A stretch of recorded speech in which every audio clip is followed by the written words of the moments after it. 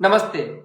मेरा नाम धीरज शर्मा है और आप कलम इंडिया न्यूज देख रहे हैं। हमारे कार्यक्रम पेपर वाला में आप सभी का बहुत बहुत स्वागत है।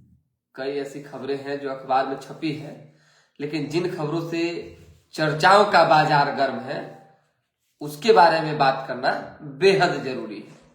देखिए, एक तो खबर ये लगातार चल रही है कि आखिर चिराग पासवान ने अरुण बाबू के साथ छल क्यों किया, धोखा क्यों दिया।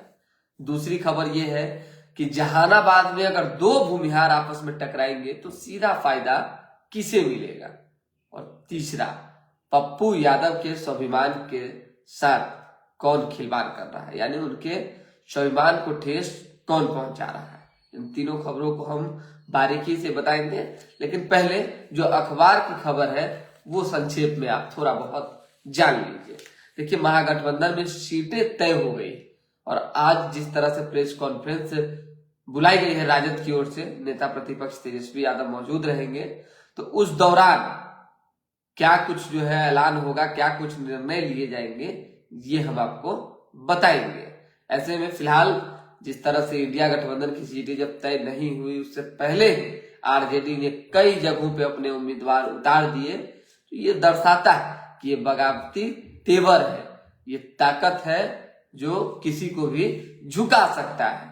राजनीति की ताकत, पार्टी की ताकत, सीटों की ताकत, संख्या की ताकत, जो आपको समझना है उसकी ताकत समझ सकते हैं। क्योंकि कांग्रेस अभी बिहार में छोटी पार्टी है, राजद बड़ी पार्टी है, इसलिए आंख दिखाना लाजमी और दिखा भी रही है। हालांकि समझौता जब हो गया है, सब कुछ फाइनल होने की बातें आ रही है, तो अब देखिए क्या कुछ कितना सच्चाई है।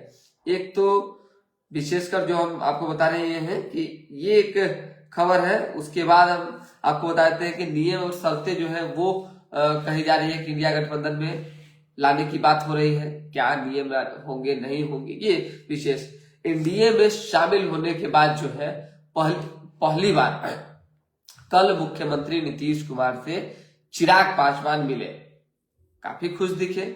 दोनों के चेहरे पे एक अलग सी आभा जो है छलक रही थी और कहीं ना कहीं एक मुस्कान थी जो चिराग पासवान दिल्ली से पटना पहुंचते ही एयरपोर्ट पर जो है नीतीश कुमार के खिलाफ लगातार गरजते थे, लगातार उनके विजन पर सवाल खड़ा करते थे, उनके विकास पर और भी कई तरह की बातें, रणनीति, नीति, हर तरह से जितना विरोध हो सके खुलकर करते थे।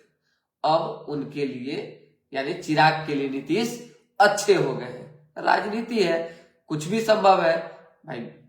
मेहमान है, घर में आए हैं तो कहला हम आपका बुराई करने जाएंगे, जब तक आप मेहमान नहीं थे तब तक तो विनाई करना ही था। तो ये थी खबर। पति पत्नी के बीच चल रहे मुकदमे जल्द होंगे खत्म, जिलों में खुलेगा अतिरिक्त फैमिली कोर्ट।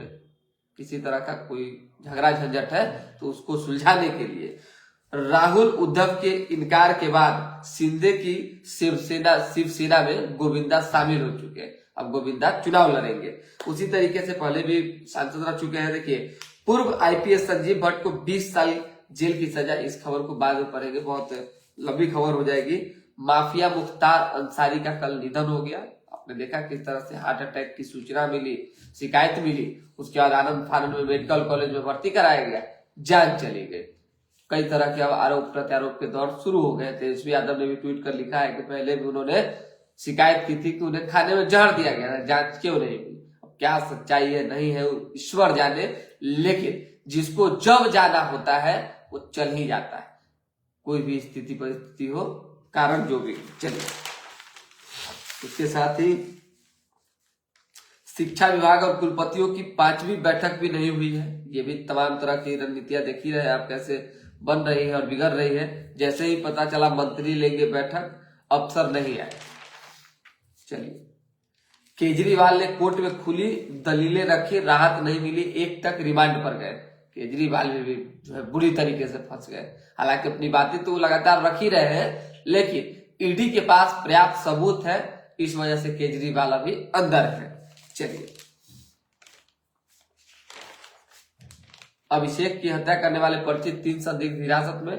बड़ी मतलब हत्या तो समझिए इसे हो रहा है ना कि गाजर मूली की तरह लोगों को काटा जा रहा है। काटा मतलब गोली से उड़ा दे रहा है, कभी चाकू मार दे रहा है। अभी देखा आपने कि वैशाली जिला के शेरपुर गांव में चाकूबाजी हुई, पूर्व सैनिक की जान चली गई और 5 लोगों पर हमला हुआ चाकू से। आप सोच के देखिए, भगवानपुर थाना में वो क्षेत्र पड़ता है। 5 लोगों पर चाकूबाजी से हमला हुई, बुरी तरीके से मारा गया, 1 लोगों की मौत भी हो गई। क्या हो रहा है पूरे बिहार में? अब बोलिएगा तो लगेगा दुख, स्वाभाविक है। किसको ये अंगुली काटिए अपने है, ये अंगुली काटिए तो अपने, यानी अगर बुराई भी कीजिएगा तो बिहार का बुराई होगा जहां पे आप जिस राज्य में है। तो इसलिए सरकार को जो है राजनीति से ज्यादा ध्यान जो है क्राइम कंट्रोल पर देना चाहिए। अब पटना का तो स्थिति दयनीय है। पटना में पता नहीं एसएसपी राजीव मिश्रा अभी अतिरिक्त प्रभाव में है, क्योंकि उन्हें प्रमोशन देकर डीआईजी बनाया गया है। उनके प्रमोशन के बाद से और आपराधिक घटनाएं बढ़ी। चलिए, बाईपास महोली एलिवेटर रोड जून के बाद चालू होगी, 6.6 किलोमीटर, कहीं यू टर्न नहीं। अभिषेक की मैंने हम आपको बता ही चुके हैं। मतदान जागरूकता पर रील बनाइए, सर्टिफिकेट मिलेगा। उसी तरीके से लालू जानबूझकर देर से करते हैं सीट बंटवारे की घोषणा, अशोक चौधरी ने तंज कसा है, गिरिराज सिंह ने भी तंज कसा है, परिवारवाद का आरोप लगाया है। उसी तरीके से जो बड़ी खबर है वो हम आपको फिर से बता दें। देखिए, पटना सिटी में बंद 2 घरों से 14 लाख रुपए की संपत्ति ले उड़े चोर। ये सब चोरी चमारी वाला खबर भी तो बताना जरूरी नहीं है जी। राजेंद्र सेतु के पास गंगा में 2 किशोर डूबे, 1 की मौत हो गई, मतलब कि मर गया बेचारा।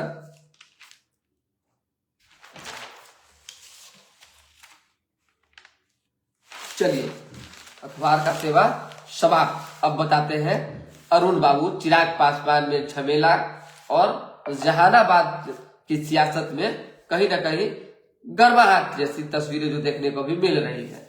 भूमिहार ब्राह्मण के नेता आशुतोष कुमार ने भी कल ऐलान कर दिया प्रेस कॉन्फ्रेंस करके कि वो जहानाबाद से चुनाव लड़ेंगे। अरुण कुमार ने भी लोजपा रामविलास का दामन छोड़ दिया, चिराग पासवान से नाता तोड़ लिया और अब वो कह रहे हैं कि हम जहानाबाद से चुनाव लड़ेंगे, जनता तय करेगी। पहले भी वहां से सांसद रहे हैं। देखिए, चिराग पासवान ने आश्वासन दिया था कि उन्हें टिकट मिलेगा। स्वाभाविक सी बात है, जिस तरह का आरोप जो है अरुण कुमार ने लगाया, स्पष्ट शब्दों में कहा कि हम कोई मठ के महंत तो थे नहीं और मंदिर के कोई पुजारी तो थे नहीं कि पूजा करवाने के लिए किसी पार्टी में गए थे। उन्होंने ये भी कहा कि बिहार फर्स्ट, बिहारी फर्स्ट की चर्चा हुई, लोग रहेंगे तब ना बिहार फर्स्ट और बिहारी फर्स्ट होगा।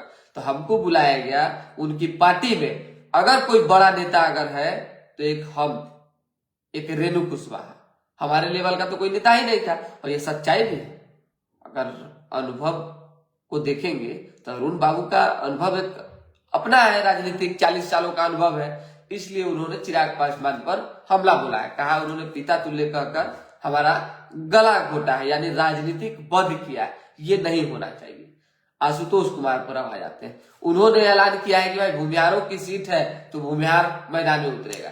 तो भूमिहार मैदान में उतरेगा तो अरुण कुमार से उन्होंने मुलाकात भी की थी। हालांकि मुलाकात की वजह जो है अरुण कुमार ने कुछ और बताई। उन्होंने कहा कि कई दफा फोन करने के बाद आप नहीं उठाए तो सोचे मिल ले, तो हमने आशीर्वाद दिया, लेकिन अगर हम लड़ेंगे तो यह आशीर्वाद काम नहीं करेगा, आशुतोष कुमार से अरुण कुमार ने कहा।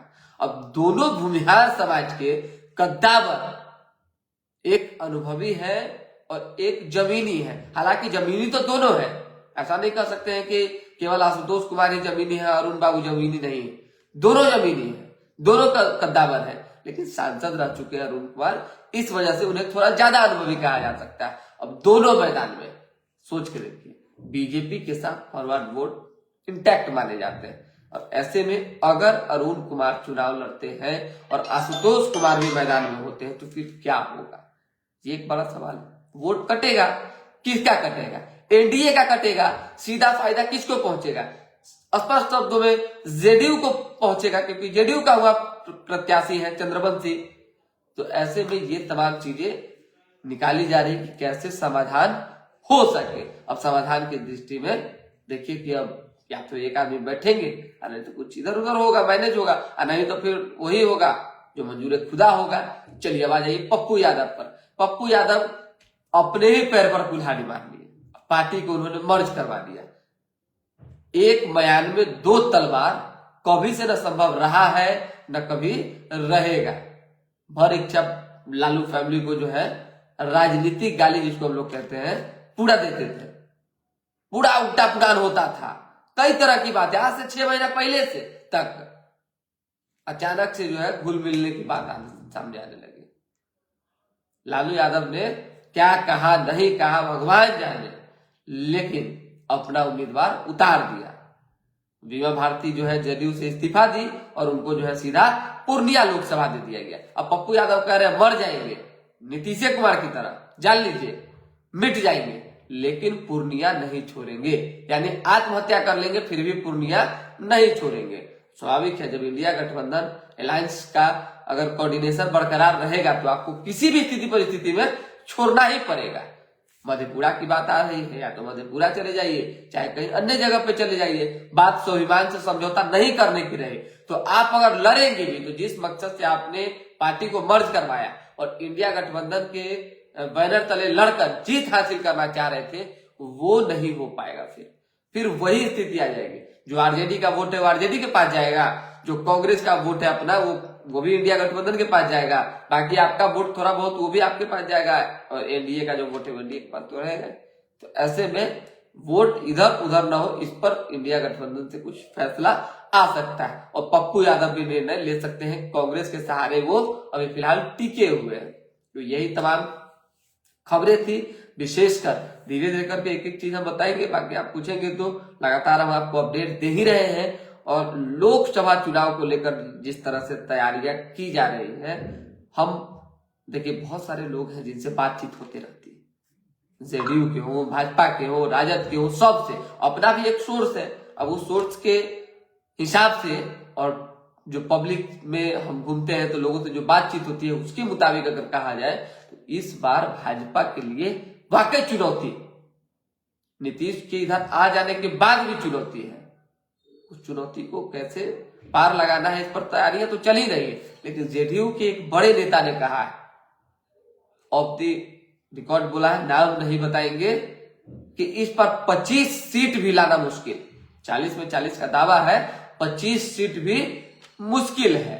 हालांकि 25 सीट से हमको जरूर माने कि थोड़ा ज्यादा आ सकते हैं, 30 तक आ सकता है, 40 तो नहीं, 39 नहीं, क्योंकि ओवैसी की पार्टी ने 16 जगहों पर अपना उम्मीदवार उतारा है। अरे कुछ वोट काटेगा, ठीक है, महागठबंधन का वोट काटेंगे, लेकिन सवाल है कि थोड़ा बहुत भी दाहिना बाया हुआ तो फिर गड़बड़ हो जाएगा मामला। इसलिए तमाम तरह के का गुना गणित बैठाने के बाद और भी कई उम्मीदवार को उतारने की प्लानिंग चल रही है। बीजेपी भी उतार सकती है, जिसको हम लोग डेमो कैंडिडेट कहते हैं, इंडिया गठबंधन में उतार सकती है। अब देखना यह होगा कि क्या कुछ तस्वीरें लोकसभा चुनाव के रिजल्ट में देखने को मिलती है। देखिए एक मैसेज आ रहा है नृपेंद्र कुमार जी का, अरुण बाबू त्रिकोणीय चुनाव भी जीते थे, सर्वसम्मति। ठीक है, देखिए हम कहा अरुण बाबू के किसी भी तरह के अनुभव पर सवाल खड़ा कर रहे हैं, अनुभवी नेता है, जीत सकते हैं, लेकिन ये जान लीजिए जिस तरह से अरुण कुमार ने चिराग पासवान पे आरोप लगाया, अगर ये बात सत्य है तो अरुण कुमार कहीं ना कहीं इस जगह पे वाकई फेल साबित हो गए। राजनीति में न दोस्ती, न दुश्मनी, न कोई वादा, न कोई विचार। 2-4-5 नेता ऐसे दिमाग में हमारे हैं कि 2-4-5 लाइन, नेता का लाइन जो गिना देंगे तो आप भी कहेंगे अरे बाप, जिन्होंने कहा और तुरंत पलट गए। उदाहरण के तौर पे तो जब सामने है आपके नीतीश कुमार जी, मुख्यमंत्री आपके सामने है, कोई भी सीखता है तो अपने राजा से न सीखता है, कैसे पलटी मारा जाता है राजनीति में, कैसे बयानों से पलटा जाता है। विशेषकर ज्यादा सीखना है तो इनसे सीख सकते हैं। और भी कई नेता है जिनकी चर्चा हम करना उचित नहीं समझते हैं। अब देखना यह होगा कि क्या कुछ तस्वीरें निकलकर सामने आती है। फिलहाल अभी के लिए हम इजाजत, हमारे साथ बने रहे, देखते रहे कलम इंडिया न्यूज। अब तक आपने हमारे चैनल को लाइक नहीं किया तो लाइक कर ले, सब्सक्राइब करें, शेयर करना बिल्कुल ना भूलें। देखिए एक लोग का और कमेंट आ रहा, लास्ट पढ़कर ब्रेक कर देते हैं। इनका कमेंट है विवेक रंजन शर्मा जी का,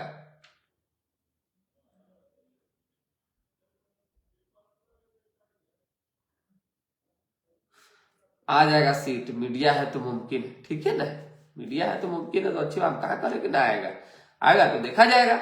और हम कहाँ चाहते हैं कि कोई हार जाए, सब जीत जाए। जो जो तैयारी करता है वो हारने के लिए थोड़ी तैयारी करता है, जीतने ही के लिए तैयारी करता है। लेकिन जितनी सीट है उतने ही प्रत्याशी जीतेंगे, चाहे खड़ा 1000 क्यों ना हो जाए। बहुत बहुत धन्यवाद।